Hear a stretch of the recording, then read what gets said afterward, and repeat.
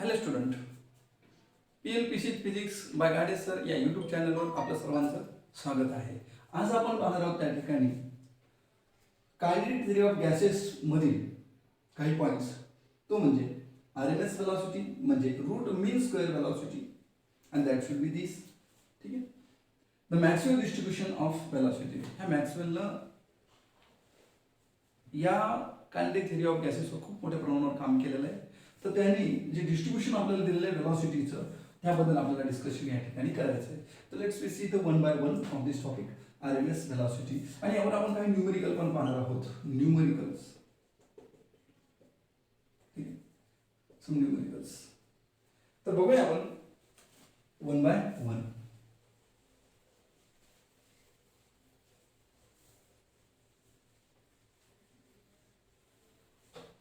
RMS velocity म्हणजेच आपण म्हणू शकतो root mean square velocity. Okay. Actually gas container मध्ये सर्वच्या सर्व मॉलिक्यूल रॅन्डमली फिरत असल्यामुळं यांची ॲव्हरेज वेलॉसिटी काढणं थोडंसं जड जातं. म्हणून आपण त्या ठिकाणी काय केलं, इथं असणारे समजा हे मॉलिक्यूल आहेत, काही इकडे जातात, काही इकडं, काही इकडं. ठीक आहे. काही इकडं, काही अशा प्रकारे यांची वेगवेगळी जी स्पीड असेल, ही स्पीड वेगवेगळी असेल. कदाचित C1 असेल, C2 असेल, C3 असेल, C4 असेल, समजा CN असेल. ठीक आहे. त्यांची रूट मीन स्क्वेअर वेलॉसिटी आपल्याला जर काढायची असेल, C म्हणा किंवा कोणी V कोणी U वेगवेगळे सिम्बॉल या ठिकाणी यूज करतो. ठीक आहे. आपण समजा C घेतलं किंवा V घेतलं, no problem. You can take V also, C also, no problem. ठीक. आता बघा, तुम्ही यांची वेगवेगळी वेलॉसिटी जर प्रेझेंट केली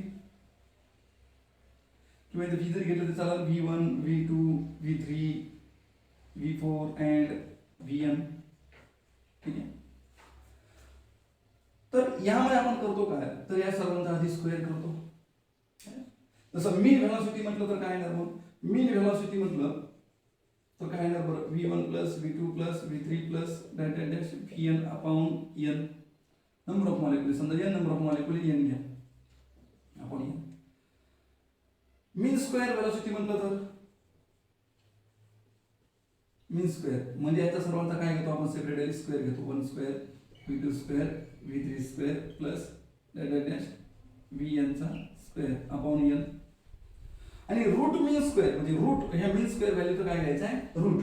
म्हणजेच या ठिकाणी आपण असं म्हणू शकतो, सर याचं पण काय आहे, स्क्वेअर येणार. आणि या व्हॅल्यूचं जर आपल्याला रूट मीन स्क्वेअर घ्यायचं म्हणलं म्हणजे V2 रूट मीन स्क्वेअर म्हणजे या सर्वांचं काय घ्यायचं, स्क्वेअर रूट मध्ये. याचा स्क्वेअर रूट काढलं तर हे असेल. म्हणून velocity of that is root mean square velocity is equal to यांना कशामध्ये घ्यावं लागेल, स्क्वेअर रूट मध्ये. म्हणून V1 square V2 square V3 square plus dash dash dash Vn square divided by आपण घेऊ शकतो. ठीक आहे. तर ही आली रूट मीन स्क्वेअर व्हेलॉसिटी. ठीक आहे. Route mean square velocity. पण आपण कायनेटिक थिअरी ऑफ गॅसेस शिकलेलो आहोत आणि by using equation of pressure we can find out the value of root mean square velocity also.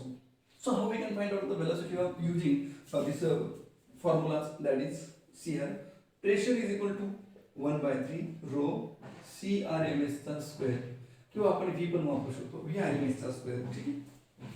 आता या ठिकाणी पहा, रो म्हटलं तर काय आहे बरं, rho means mass upon volume म्हणजे डेन्सिटी. आणि डेन्सिटी म्हणजे काय, मास अपॉन व्हॉल्यूम. VRMS जसे असतो हे व्हॉल्यूम डिव्हाइडचे इकडे आल्यावर काय होईल, मग मल्टिप्लाय म्हणजे PV बरोबर 1 by 3 m into VRMS चा स्क्वेअर. परत मला सांगा PV बरोबर काय असतो, तर nRT. काय आहे nRT. So you can put here nRT. Now this is nRT. ठीक आहे. PV ची जागेवर मग इकडे काय होईल बरं, 1 by 3 capital M VRMS square. If this gas is 1 mole, तर ही मास पण काय असेल, मग मोलार मास. हे मास गॅसचं आहे, पण गॅस जर 1 मोल असेल तर मास कोण असेल, मोलार मास. ठीक आहे. सो यांची किंमत 1 ठेवा. मग काय येणार आहे, RT. हे 3 इकडे डिवाइड इकडे मल्टिप्लाय, हे मल्टिप्लाय इकडे आल्यावर काय होईल, डिवाइड. हे आलं VRMS चा स्क्वेअर. आपल्याला पाहिजे VRMS. म्हणून हे वर्गमूळामध्ये आपण काय लिहू शकतो, 3RT upon M. This is a VRMS, root mean square velocity, that is under root 3RT by m. ठीक आहे. याच्यावर मात्र आपल्याला बरेचसे प्रॉब्लेम न्यूमेरिकल्स बघायचे. बऱ्याच एक्झामिनेशन्सला असेल, जितमर असेल, त्या ठिकाणी AIPMT असेल, MHCET असेल, ठीक आहे, अशा वेगवेगळ्या केरळ CET असेल, तर वेगवेगळ्या CET मध्ये विचारलेले या ठिकाणी या पॉइंट्सवर न्यूमेरिकल्स विचारलेले आहेत आणि हे आपण त्या ठिकाणी डिस्कशन करणार आहोत. ठीक, तर बघूया याच्यावर काही न्यूमेरिकल्स. पण त्याआधी आपण त्याचा जो पॉइंट आहे सेकंड, तो म्हणजे काय, मॅक्सवेल डिस्ट्रीब्युशन. तर एवढं पॉज करून लिहून घ्या. तर बघा, Maxwell distribution of velocity, it's also simple point. समजा हे एक कंटेनर आहे ज्याचं व्हॉल्यूम आहे व्ही. व्ही या व्हॉल्यूम असणाऱ्या कंटेनर मध्ये नंबर ऑफ मॉलिक्युल्स आहेत, खूप सारे मॉलिक्युल्स आहेत.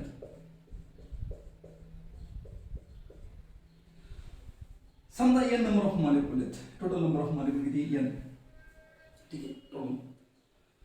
आता मॅक्सवेलचं म्हणणं आलं की हे या कंटेनर मध्ये हे प्रत्येक मॉलिक्युल्स हा सेम स्पीड न मूव्ह होत नाही. प्रत्येक मॉलिक्युलची कदाचित स्पीड ही कशी आहे, वेगवेगळी आहे. आणि मग त्याने समजा या ठिकाणी बघितलं की एकूण समजा त्या ठिकाणी त्यानं 100 मॉलिक्युलचा अभ्यास केला. 100 पैकी त्याला असं निदर्शनात आलं की 10 मॉलिक्युलची स्पीड ही 1 पासून 50 पर्यंत आहे किंवा 40 पासून 50 पर्यंत आहे. ठीक आहे. त्यानंतर त्याला असं निदर्शनात आलं की काही 10 मॉलिक्युलची जी स्पीड आहे ती जवळपास 200 किंवा 150 जवळपास, समजा त्या ठिकाणी आपण 100 ते 150च्या जवळपास आहे.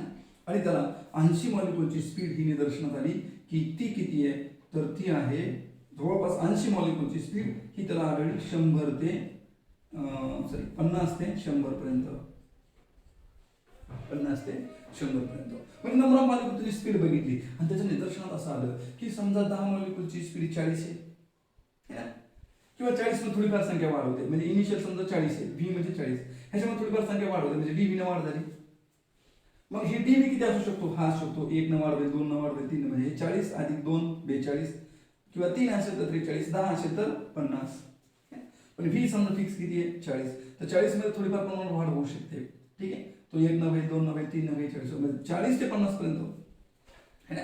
पण ही बेसिक स्पीड किती आहे 40, त्याच्यामध्ये वाढ किती होते डीव्ही, आणि डीव्हीची किंमत जास्त कमीत कमी आणि जास्त किती असू शकते 1 ते 10 पर्यंत है ना. सो एवढ्या नंबर ऑफ 10 मॉलिक्यूल यांची स्पीड कदाचित 40 ते 50च्या घरात असेल. ठीक आहे, तर असा अभ्यास केला की प्रत्येक सगळ्या मॉलिक्यूलची स्पीड सेम नाही आहे. काही ग्रुपच्या मॉलिक्यूलची स्पीड काही पर्टिक्युलर रेंजमध्ये, काही ग्रुपच्या मॉलिक्यूलची स्पीड पर्टिक्युलर रेंजमध्ये. त्यांना जास्तीत जास्त मॉलिक्यूलची स्पीड किती आढळली, तर ती आढळली 50 आणि 100च्या घरात समजा. तर या जास्तीत जास्त मॉलिक्यूलच्या या स्पीडला आपण नाव दिलं most probable speed.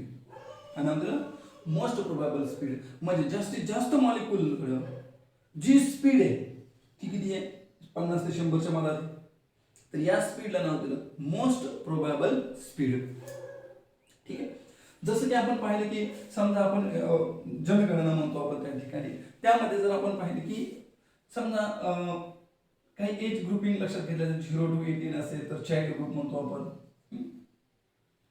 Near about 19 to 40 या 50 पर्यंत त्या ठिकाणी आपण म्हणतो यंगर ग्रुप, अँड अबव 50 त्या ठिकाणी आपण म्हणतो ओल्डर. आणि जर आपण असं पाहिलं की इंडियामध्ये सध्या कोणता ग्रुप जास्त आहे, तर 19 ते म्हणजे 19 to 50च्या रेंजमध्ये असणाऱ्या लोकांची संख्या ही खूप जास्त आहे. म्हणजे मोस्ट प्रोबेबल व्हॅल्यू जर इंडियामध्ये आहे तर ती आहे 90 आणि 50च्या रेंजमध्ये लोकांची. ठीक आहे, तसं या ठिकाणी या मॅक्सवेलने सांगितलं आणि हे त्या ठिकाणी त्याने एका ग्राफच्या सहाय्याने आपल्याला एक्सप्लेन करून दाखवलं. ठीक आहे, मग ग्राफच्या सहाय्याने कसं केलं, तर त्याला नंबर ऑफ समजा हा असा एक ग्राफ घेतला, याच्यावर व्हेलॉसिटी घेतली आणि इथं व्ही या व्हॉल्यूम पैकी किती मॉलिक्यूल, म्हणजे एवढ्या व्हॉल्यूम पैकी, म्हणजे एवढ्या व्हॉल्यूम पैकी एवढ्या व्हॉल्यूम मधील किती मॉलिक्यूल, म्हणजे number of molecule, dn by dv चा अर्थ होतो number of molecule, number of molecule per unit volume, per unit volume, and v is the velocity of molecule. This is the velocity of molecule. ठीक आहे, तर बघा आता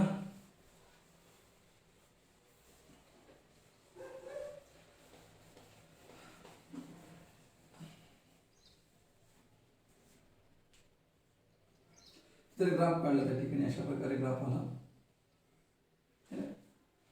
मग त्याच्या निदर्शनात आलं की अरे जास्तीत जास्त स्पीड असणाऱ्या मॉलिक्यूलची संख्या ही खूप कमी आहे. किती आहे? समजा इथून इथपर्यंत जे मॉलिक्यूल आहे ह्या मॉलिक्यूलची संख्या ही कशी आहे? खूप कमी आहे.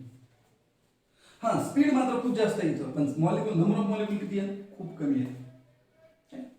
आणि नंबर ऑफ मॉलिक्यूल कसे भेटणार? तर area under the curve gives the number of molecule. Number of molecule म्हणजे काय?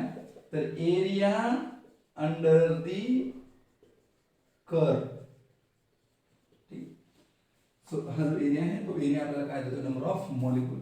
तर इथं नंबर ऑफ मॉलिक्यूलची संख्या खूप कमी आहे, पण स्पीड मात्र म्हणजे जास्तीत जास्त म्हणजे मॅक्झिमम खूप जास्त स्पीड असणार आहे. मॉलिक्यूलची संख्या ही खूप कमी आहे. The maximum speed, the molecule have maximum speed in small in quantity. काय सांगू शकतो? द मॉलिक्यूल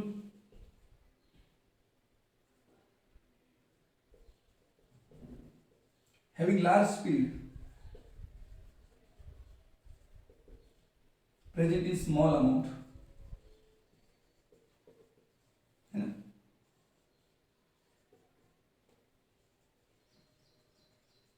ठीक आहे. त्यानंतर असं दर्शन आलं की त्यांनी या ठिकाणी इथं पहा, इथं स्पीड किती आहे? तर एवढीच आहे v. इथपर्यंत तुम्ही बघितलं तर याच्यामध्ये या v मध्ये किती ऍड होईल? अजून इथं v आहे तर इथे किती स्पीड असणार? v plus dv. म्हणजे या दोघांमध्ये जो गॅप आहे तो कितीचा आहे? dv चा. ठीक आहे. इथं v आणि इथे v प्लस dv. त्या v आणि v प्लस dv मध्ये हा जो ग्राफ आपल्याला दिसतो इथं किती मॉलिक्यूल आहेत? तर हे जे मॉलिक्यूल्स आहेत है ना, हा ग्राफ खूप जास्त आहे. म्हणजे एवढी स्पीड असणाऱ्या मॉलिक्यूलची संख्या खूप जास्त आहे. एवढे मॉलिक्यूल आहेत. एवढी स्पीड असणाऱ्या मॉलिक्यूलची संख्या जर पाहिली तर ती एवढीच आहे.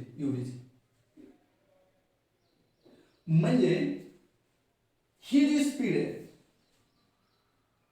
ही स्पीड खूप जास्त नाहीये, मीडियम आहे, पण त्याच्यामध्ये नंबर ऑफ मॉलिक्यूलची संख्या खूप जास्त आहे.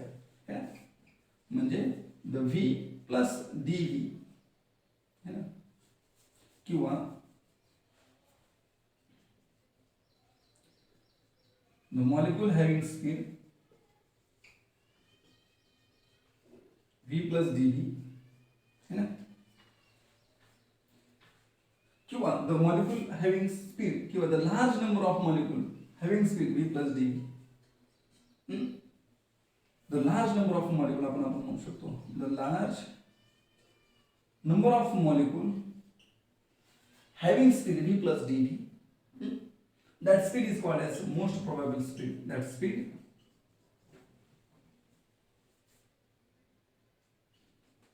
is called as काय म्हणतो आपण त्याला? Most probable speed. म्हणजे ही स्पीड काय मॅक्सिमम आहे का? नाही. मग या स्पीड असणाऱ्या मॉलिक्यूलची संख्या ही खूप जास्त आहे म्हणून त्याला आपण म्हणतो मोस्ट प्रोबॅबल स्पीड. ठीक आहे.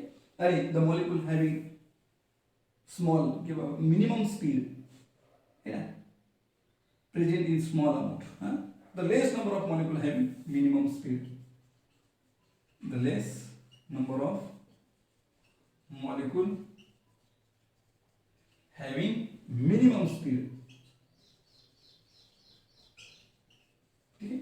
आणि मग याच्यातून या ठिकाणी मॅक्सिमम आपल्याला काही व्हॅल्यूज दिल्या, जसं की average speed, root mean square velocity and most probable speed. तर त्या व्हॅल्यू काय आहे ते आपण पाहू. पहिले एवढं लिहून घ्या. इंग संपत आलेली आहे, मी इंग पण भरतो. ठीक आहे, लिहून घ्या. तर बघा, R M S velocity V R M S root mean square velocity आपण आताच बघितलं होतं सुरुवातीला लेक्चरमध्ये. किती आहे? तर 3RT by molar mass that is m. ठीक आहे, this is the R M S velocity. Okay. त्यानंतर दुसरी जी व्हॅल्यू आहे most probable velocity. Most probable velocity लक्षात घ्या. मोस्ट प्रोबॅबल मध्ये मॅक्झिमम नाही, तर अशी व्हेलॉसिटी की ज्या व्हेलॉसिटीने मॅक्झिमम नंबर ऑफ मॉलिक्यूल त्या ठिकाणी मूव्ह होतात. लक्षात घ्यायचं. जेव्हा मॅक्झिमम नंबर ऑफ मॉलिक्यूल ज्या व्हेलॉसिटीने मूव्ह होतात त्या व्हेलॉसिटीला नाव दिलं most probable velocity. And the formula for this most probable velocity is equal to that is 2rp upon m, and the last one, the average velocity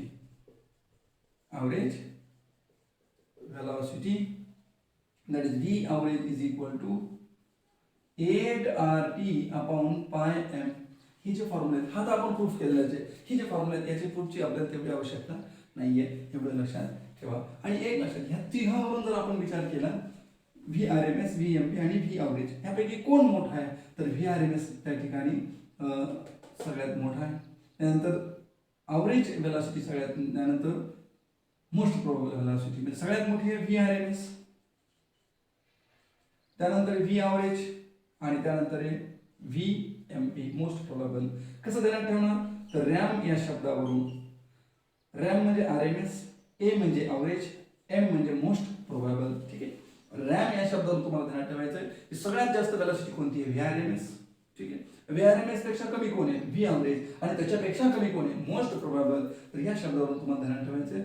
multiple choice MCQs मध्ये जर questions तुम्हाला विचारला तर याच्यावर पण येऊ शकतो, ऑप्शन्स वेगवेगळे असू शकतात. ठीक आहे, हे एक.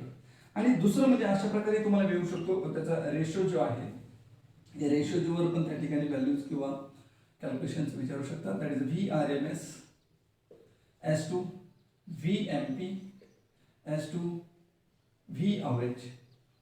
तर यांच्या V R M S same ज्या किमती आहेत या सर्वांमध्ये R T upon M, R T upon M, R T upon M हे कॅन्सल होईल.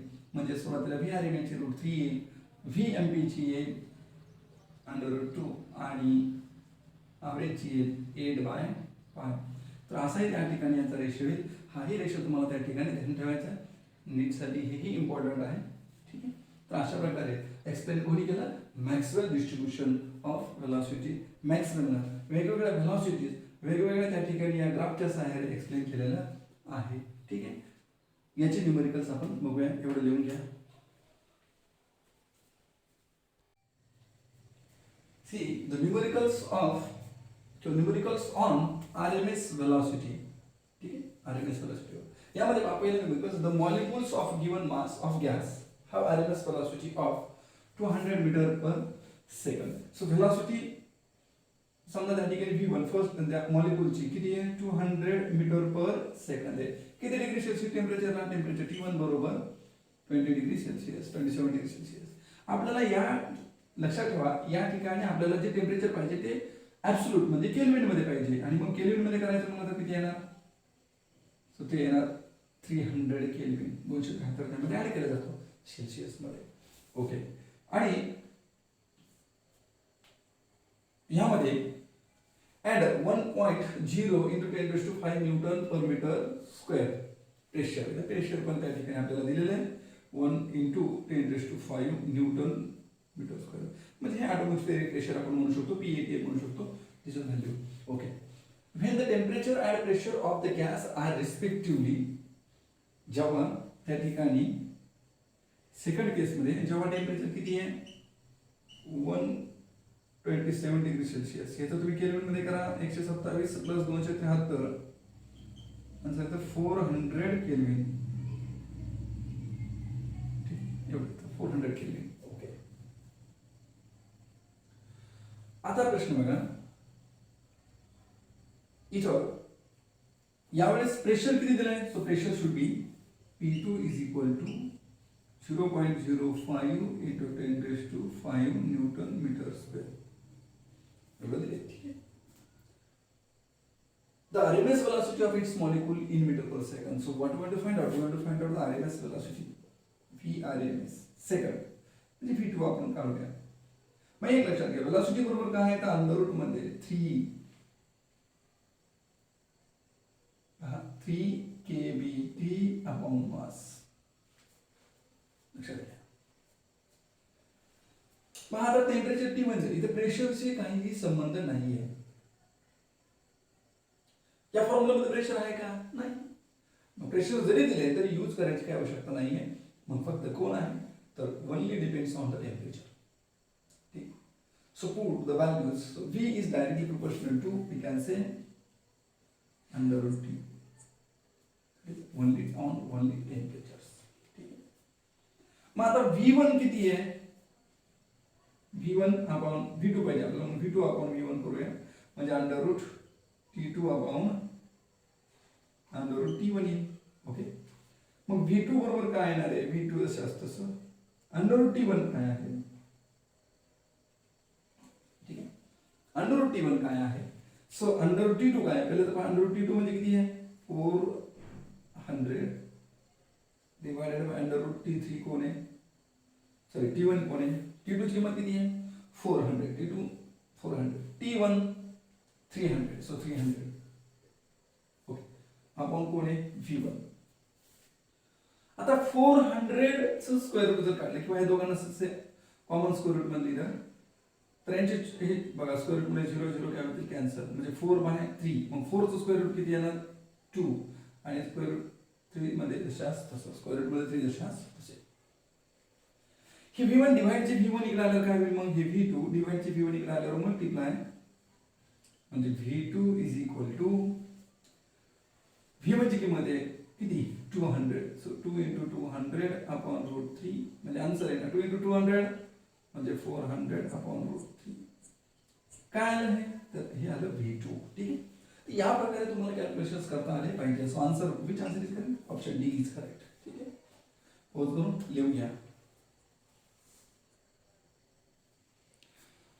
तर बघा, the ratio of RMS speed of an ideal gas molecule at pressure 2p to that of pressure 3p is. Okay, ते एक equations, एक expression आपल्याला माहिती आहे 1/3 रो, ठीक आहे, VRMS या CRMS स्क्वेअर असं माहिती आहे. ह्याचा जर कॉन्स्टंट मानलं तर आपण सरळ सरळ काय लिहू शकतो? VRMS स्क्वेअर किंवा VRMS square is directly proportional to P, म्हणजे VRMS is directly proportional to under root P.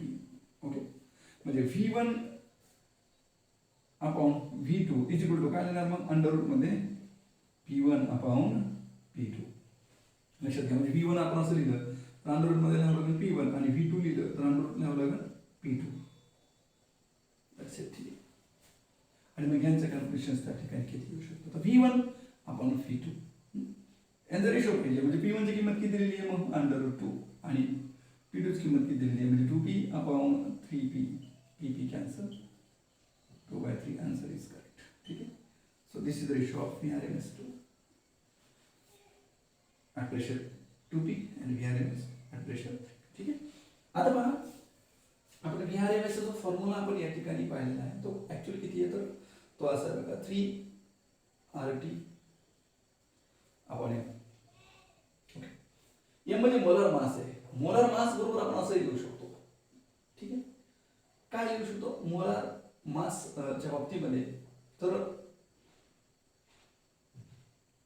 Number of molecule, that is M, or Na into mass of 1 mole, mass of 1 mole, 1 molecule, mass of 1 molecule. This is the molar mass.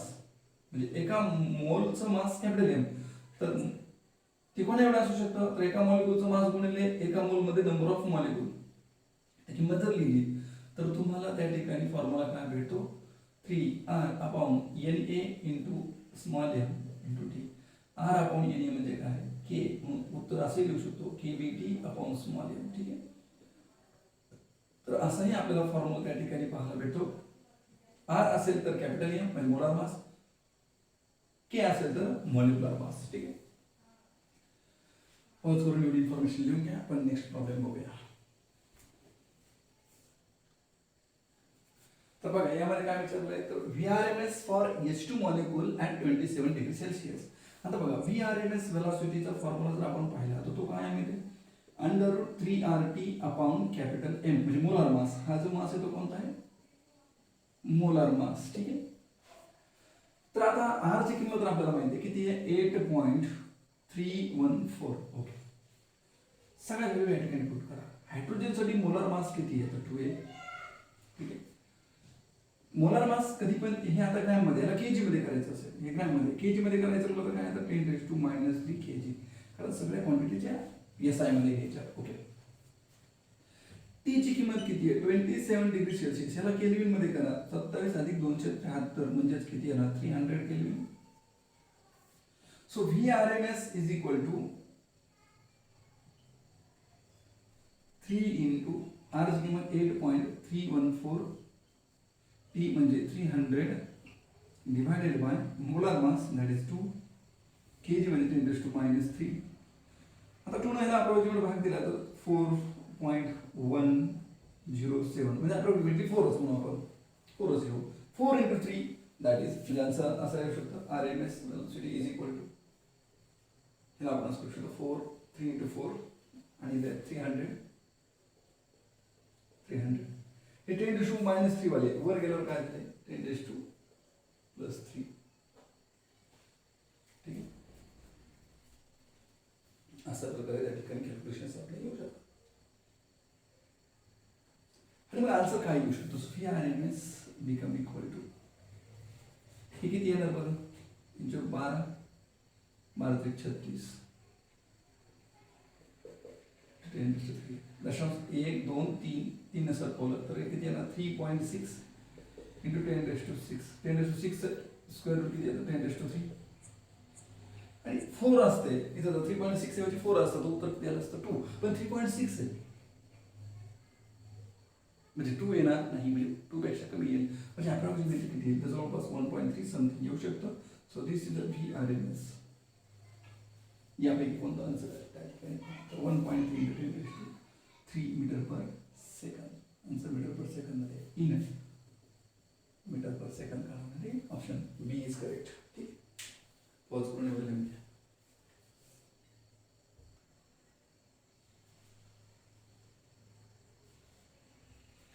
तर बघा या example मध्ये the RMS velocity of hydrogen gas at certain temperature is C.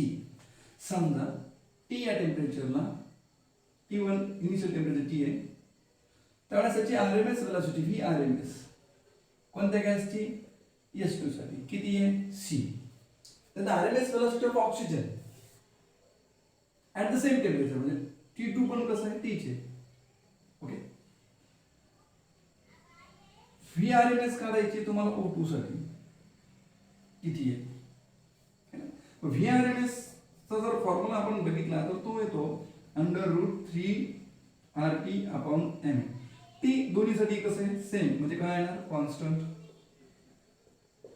R constant 3 पण constant म्हणजे VRMS is inversely proportional to 1/√molar mass. ठीक आहे म्हणजे आपण असं लिहू शकतो VRMS for O2 upon VRMS for H2. ठीक आहे हे इन्व्हर्सली प्रोपोर्शनल आहे. O2 साठी जर तुम्ही लिहायचं म्हणलं तर काय येणार 1/मोलार मास ऑफ O2 1/√मध्ये मोलार मास ऑफ H2. शेवटी याला आपण रिअरेंज कसं लिहू शकतो तो दोघांना ब्रॅकेट दोघांना स्क्वेअर रूट सेम लिहू शकतो molar mass of H2 upon molar mass of O2. So VO2 VH2. एक आपल्याला माहिती असणं आवश्यक आहे की मोलार मास फॉर H2 ची किंमत आहे 2 kg करायचं असेल ही ग्रॅम मध्ये मोलार मास ऑफ O2 ते 16 ग्रॅम. ठीक आहे kg मध्ये करायचं 10⁻³ ने मल्टिप्लाय करावं लागतं पण गरज नाही दोन्ही युनिट सेम आहेत ग्रॅम ग्रॅम ठेवू शकता. इथं याचं येणार 2 मोलार मास ऑक्सिजन येणार 16 उत्तर येईल 8. लक्षात घ्या मोलार मास ऑफ म्हणजे या ठिकाणी काय येणार मग VO2 upon VH2. So VO2 बरोबर काय येणार मग VO2 is equal to VH2 upon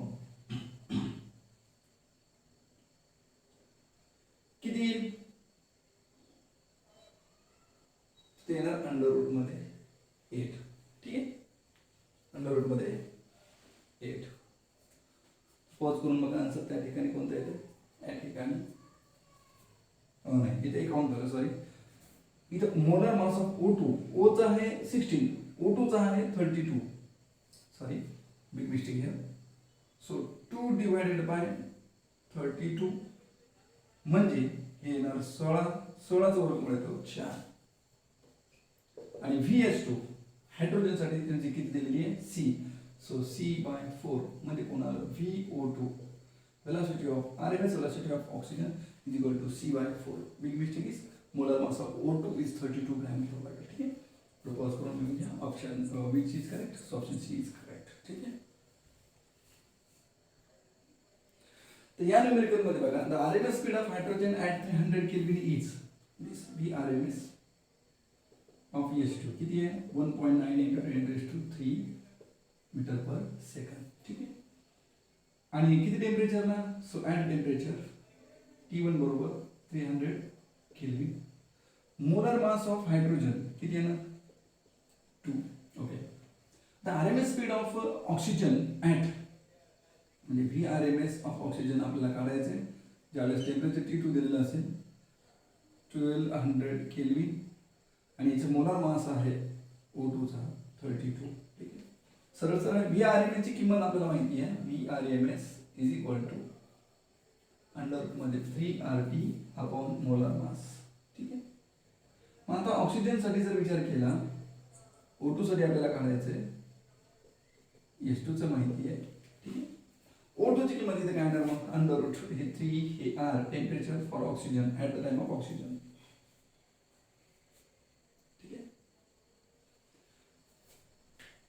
Temperature for oxygen that is T2 upon molar mass of oxygen.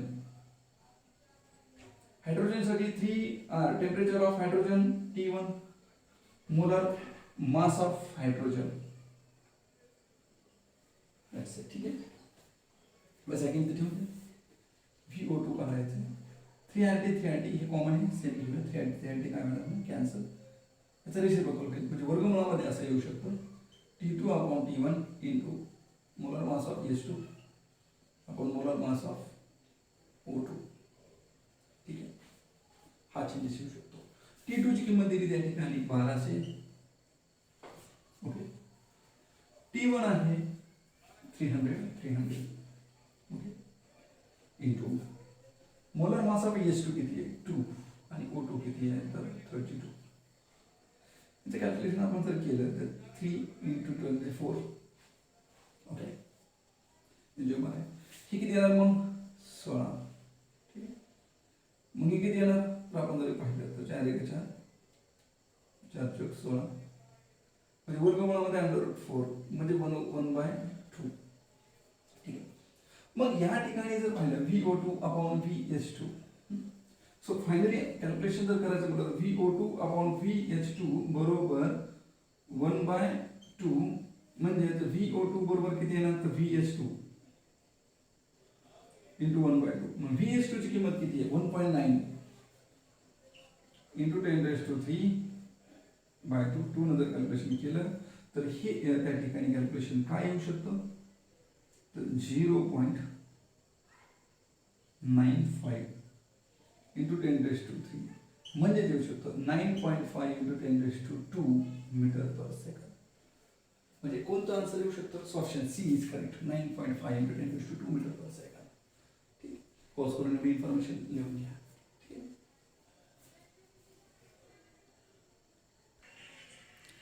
हा एक क्वेश्चन पहा it is for you as a homework. घरी होमवर्क म्हणून स्वतः सॉल्व करून बघा आणि ह्याचा आन्सर काय येतो हे मला त्या ठिकाणी कमेंट करून सांगा. ठीक आहे.